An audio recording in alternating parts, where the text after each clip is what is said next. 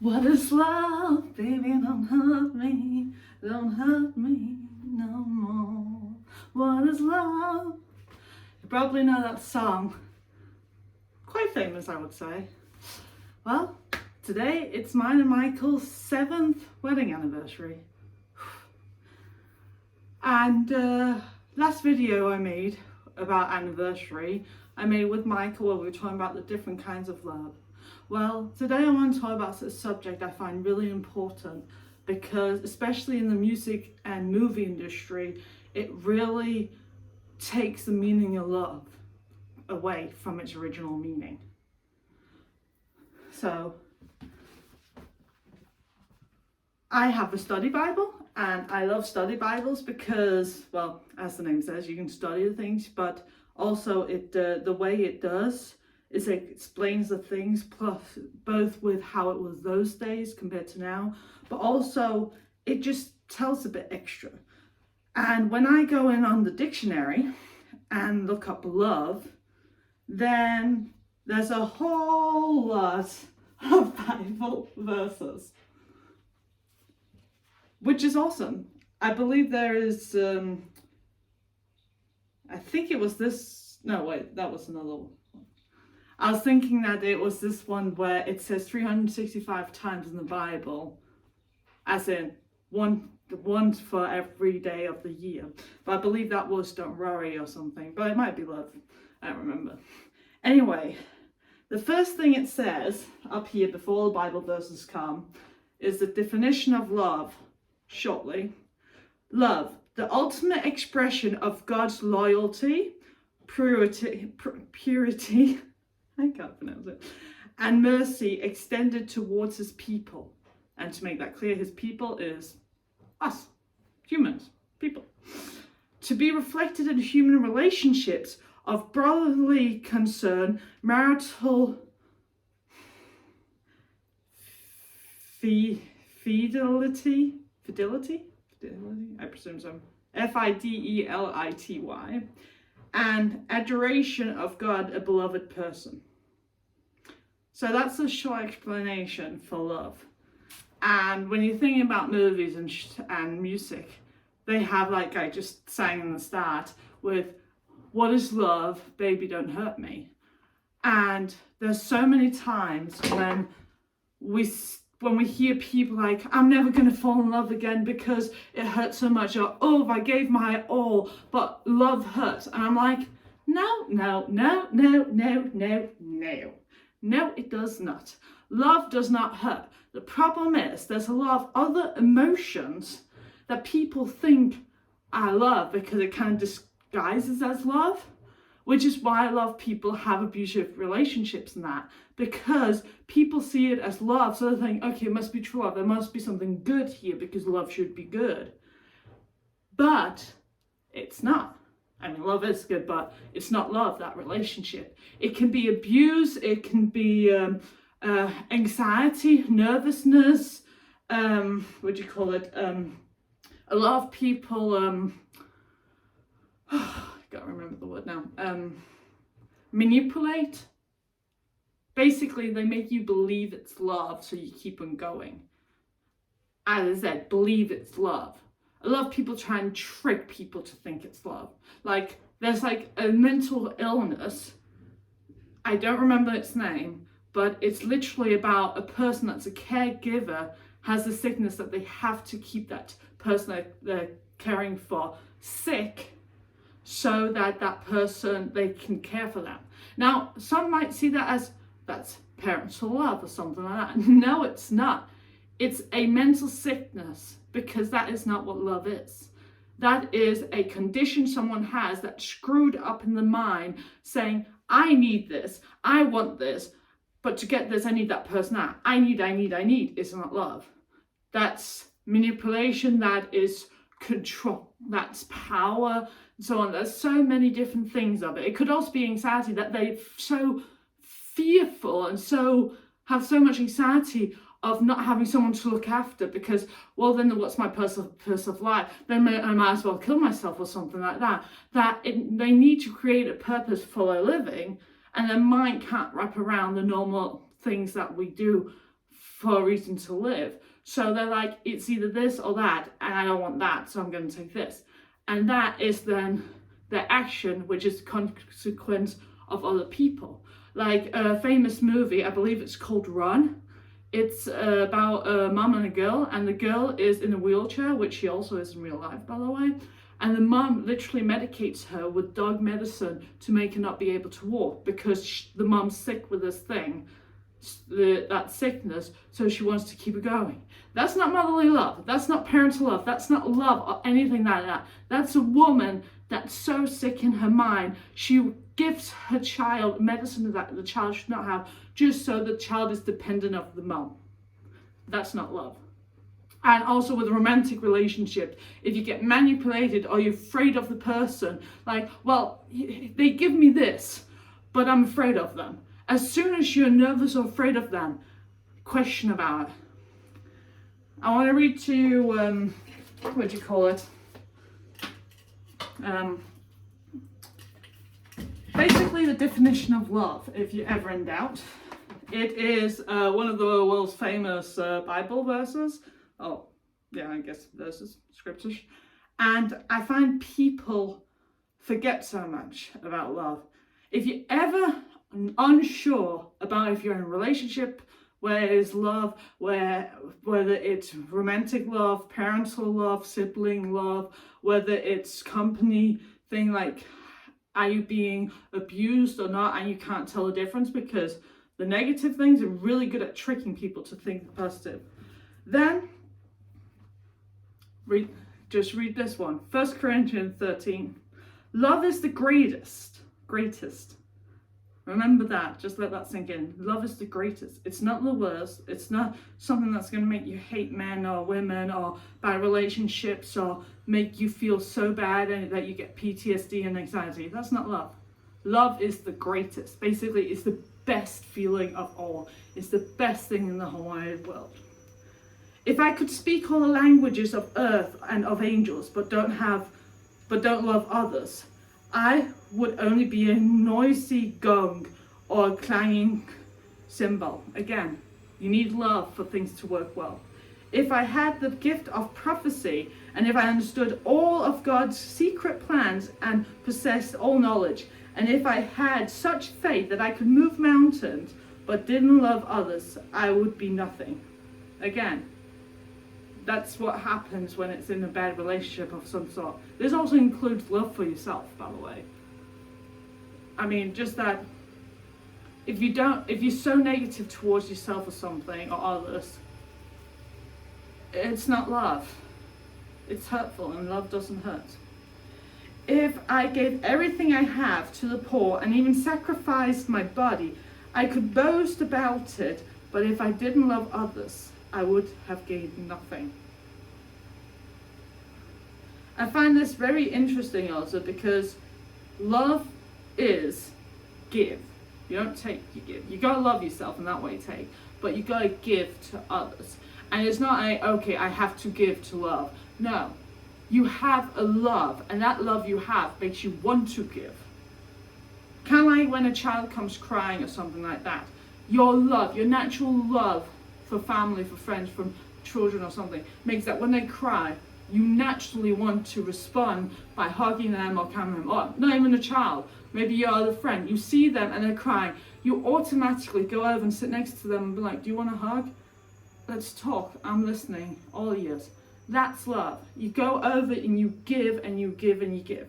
And then you probably think, well, if I keep on giving, then what can I take? Well, because there's not only you give that's giving through love. Other people give too. And the people that give makes you receive it too. So that way, it's a nice ring of life of love. Now to the, well, I would say most important part, but that was examples of how we in everyday life can do all sorts of also Christian things like serving, giving, but how is that purpose of, if you just do it to do it, you're not there. But if you do it because your whole body says, let's do this, or like, oh yeah, I just can't help giving, I just can't help do this, I love it, I love them, that's why I'm doing it. Whether things are a bit tough or something, I just love them so much, I want to give them all I can, kind of a thing. That's what the first part here is talking about. Then the second part, love is patient and kind. Love is not jealous or boastful or proud or rude. I find this is a very important part of it, because as one that loves watching Asian shows and that, or just in general, many movies and shows have jealousy in it. And people get all like, he's so jealous because he's doing like this, and he's doing that out of jealousy. Oh, it's so cute. Oh, they're gonna fight. Oh, so romantic. Oh, that's so hot. Oh no, he did that because of jealousy. He loves her so much that he's jealous over it. Yeah. Husky incoming. Hey, Poodle. What's up, baby? But no, that's not love. Jealousy is not love. I have a husky sitting and staring at me right now. That, compared to love, again, love is patient and kind. And you can also see this, like, no, never mind. Love is patient and kind. Love is not jealous or boastful or proud or rude. So you don't go around like, I like them. No. Right, boy? Can you speak?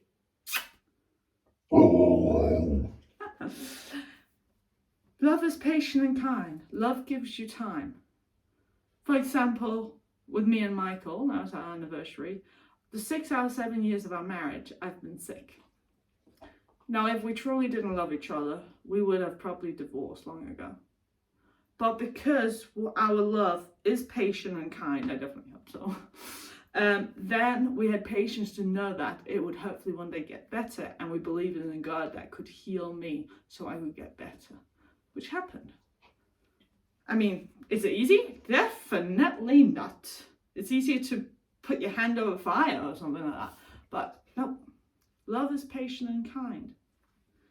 But it's also difficult, but it's a choice you make. I mean, yes, you can fall in love with someone and be like, but at the end of the day, especially like marriage and things, well, not even marriage actually, romantic love, parental love, sibling love and that's love you also choose. Like having times where you feel like you need to say something or do something to your sibling or your parent, but then your body says, actually, this might not be good. Or they do something that hurts you so badly that you don't know what to do, you don't even want to talk to them almost.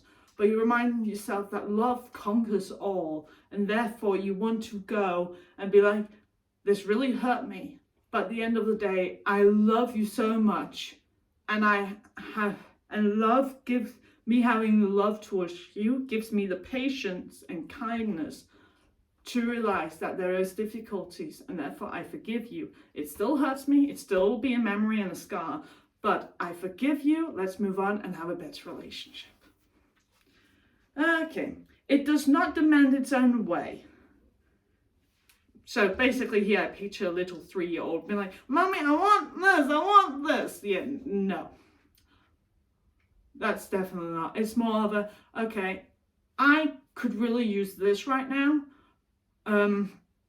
For example, I can sometimes really use a nap after I've studied because it's just too much. But sometimes Michael might come in and be like, sit down, and just like, I need to say something. And I'm like, okay, I don't really want to hear it right now. Is it something important? And by my definition, important means life or death, but it can also mean something he really needs to speak out. He needs to say something to get off his chest. I'm like, okay, my self-love is saying I really need to lay down and sleep because my head hurts. But my love for my husband is saying he needs me right now. So I'm putting my own things aside. He knows that I'm not 100% because I need to sleep, which is fair enough. But he needs me that minute, that second. So I'm like, okay, it's going to be a bit difficult to focus, but I'm all ears. What's up, honey? And then I listen. It is not irritable, yeah. It's not irritated, or whatever, however you want to translate that, I don't know. And it keeps no record of being wrong. Now this, in like one of my other videos I made for our anniversary, where I said the first year of marriage, I did it all wrong as a wife. And one of them was I kept track. Now you see a lot of stereotypical things where the husband and wife remembers these different things like, oh, well, my wife doesn't remember where she put her keys, but she always remembers the last 10 years of mistakes I've made. That's where you gotta check yourself, because like it says here, love doesn't remember those things. Another example as a Christian is God loves us unconditional. He has the perfect love. And when we say we have screwed so much up in our life that basically every day we do something wrong, God, all he does is he takes that wrong thing you done and he throws it over in the sea. Goodbye, adios. Oh, my dear child, you're perfect again. Kind of thing. That's how it is. He doesn't take and have a list. Okay, she did that and that and that. Oh, Mariana, nope, good, you're going to hell. He doesn't do that. That's not what God does. God's like, you realize your mistake? I forgive you. All is forgotten. You don't realize your mistake? Will take more time so you can learn more. Also, because you're always ready to mature more. But yeah, so jealousy doesn't, jealousy. I'll walk myself out. Not jealousy. Love is not irritable. It doesn't get irritated easily. And for example, I can give out an example on sometimes people question my relationship with others. Like, how can you handle this person? How can you do it? And I'm like, something just in me gives me that patience that I can handle them no matter how much the thing is irritating. Yeah, I don't know really how to 100% explain that one, but that's the best you're going to get right now. But yeah, it keeps no record of being wronged. So please don't remember how much each other's done the stupid things. I mean, yes, it's a learning curve, like talking, and it's going to take time. But the best thing for your relationship, no matter what kind of love it is, the best kind for your relationship is to not remember, oh, you did this last year, 2 days ago, you did that, and you always say you don't do that, but you did that, and I get so tired of it because you do it every week. I'm sorry, Max. I'm being a bit too dramatic there. He's looking up like, Mummy, are you okay?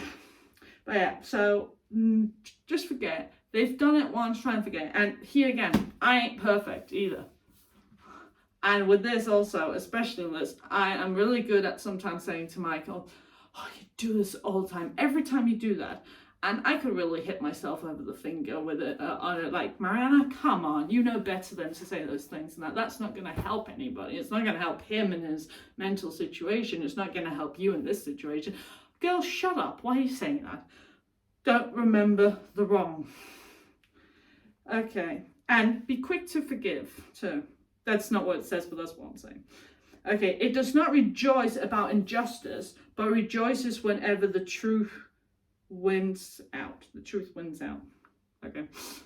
And I just love this because it's that thing with when you feel something's wrong in your gut, you got to go and deal with it. And I always see in movies and shows where you see something good compared to something bad happening and how people react. Again, that with how love is. I guess it's also with jealousy kind of a thing, because you see like in a show where a boy likes a girl and the girl's with another guy, and that boy gets jealous of the girl being with the other guy and that.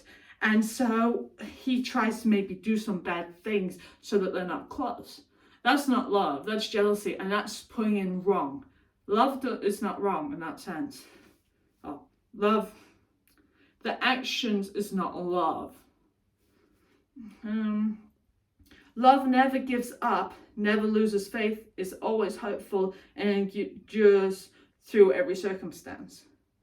And that again is where I find both marital love, but also, for example, parental love is where you see the other person, whether it's the child or your partner, whatever it is, or apparently your husband, wife, how something is going on and it's so difficult, but you just remind yourself, I love them so much. I'm going to just try and take things step by step. And it might feel like, okay, we're at our ends, but when you really truly love someone, and you also, I definitely experience where I feel like I'm losing it. I just pray to God, Dad, give me patience, please. Please give me more of this, because I don't want to lose this real thing. And I have had that with me and Michael, where I felt like I was giving up, I was losing it, we were getting close to divorce or whatever. And there I just stopped on like, I refuse to divorce him. I refuse to give up on this marriage because I know this is what God wants. I know this is good. I know this is the right thing. So God, give me whatever I need so I can continue and have perseverance.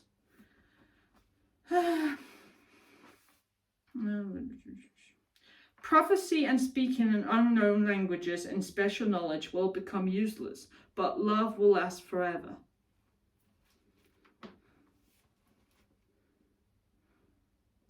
Prophecy and speaking in unknown languages. I wonder what the definition of unknown languages is.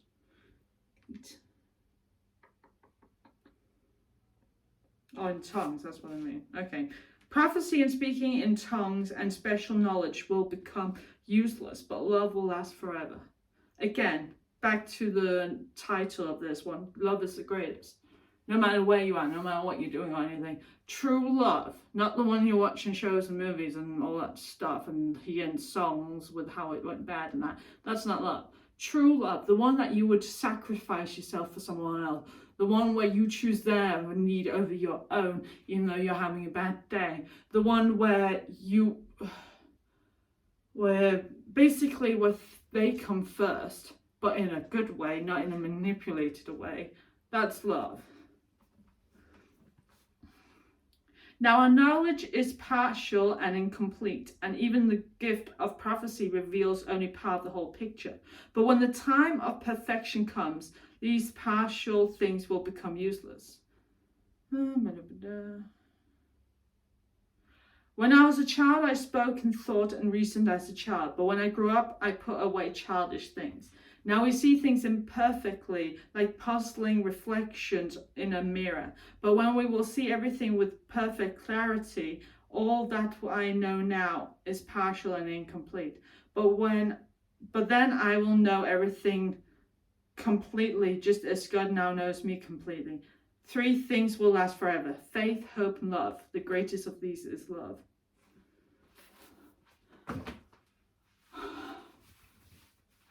I love that last one because for me, it's a perspective of how we grow. Like, as a child, a lot of us knows the experience of parental love, of how you see in YouTube videos how the parent quick to snatch the child away from danger, or they teach the child how to be responsible or how to talk nicely for the respect of other people and that. They're showing the child how to love others. That's basically what it is. But just that thing with, we grow. You don't have to be a child to grow. I mean, when I was 20 compared to now I'm soon 30 and so on, totally different versions of Mariana. Totally different. Because I matured, but also through maturity, I learned different things. I've, for example, learned about that there's different loves. When I was a child, for me, love was love. It's love. Love. Now I was like, no, there's actually different kind of loves.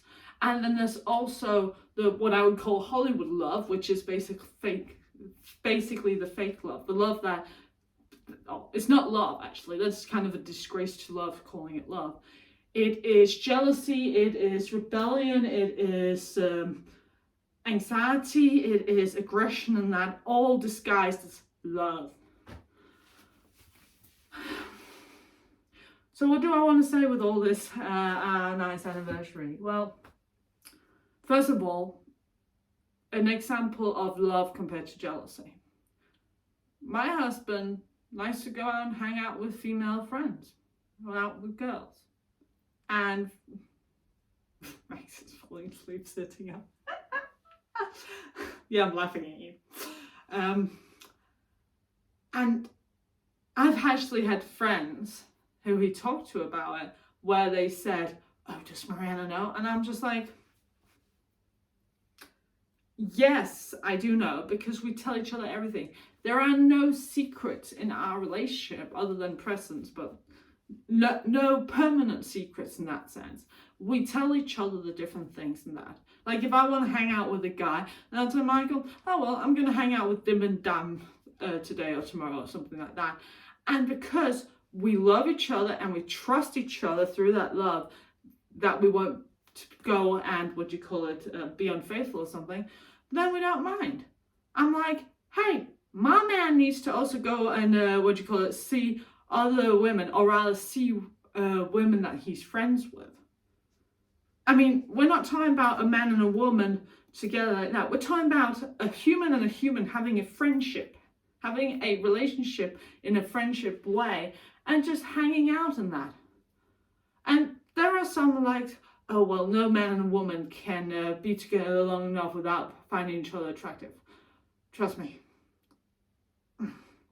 I have multiple brothers in faith that I easily can hang out with, just as that. And frankly, there's nothing romantically appealing about them pretty much for me. Nothing really. And even think, oh, that sounds wrong. No, because I got my satisfaction with my husband. There's a reason why I married him, because he fits me. I mean, it's kind of like having a puzzle with a lot of pieces. And people are saying, well, watch out, because this corner might fit with this corner if they're together long enough. No matter what, no matter how long they're together, if they don't fit together, then the piece is going to get scraped in that and things will go wrong. Kind of like how also relationships that's not purely of love and that, how they also scrape and scratch at each other and it becomes abusive or aggressive or something else, lonely or whatever it is. All these other people I can hang with and be with them. But the one that fits me and my puzzle piece is the one right next to me, my husband. Which is also why a lot of relationships can go bad, because we think, oh, well, there's so many other fish in the sea, oh, we can look at them. Calm down. No. But yeah, so we trust each other to be able to hang with others of the opposite sex without being jealous, without thinking, oh, is he being unfaithful? He's alone with them at night, and It's also the personality perspective. Because some people, so-called, don't want a fixed relationship. And I don't believe that they don't. I just think that they haven't experienced a proper love and relationship in that way. But true love, you trust the person and you are generally equal, not in your love, because people love differently and so on, but you understand each other. Like, he trusts me, I trust him. He would sacrifice things for me because he loves me. I would sacrifice things for him. Does not mean I would sacrifice the same as he would sacrifice, because we have also each our ways of doing things. We have also different love languages sometimes and so on and that. So there are different ways for those things. This is becoming a long video. It's almost half an hour.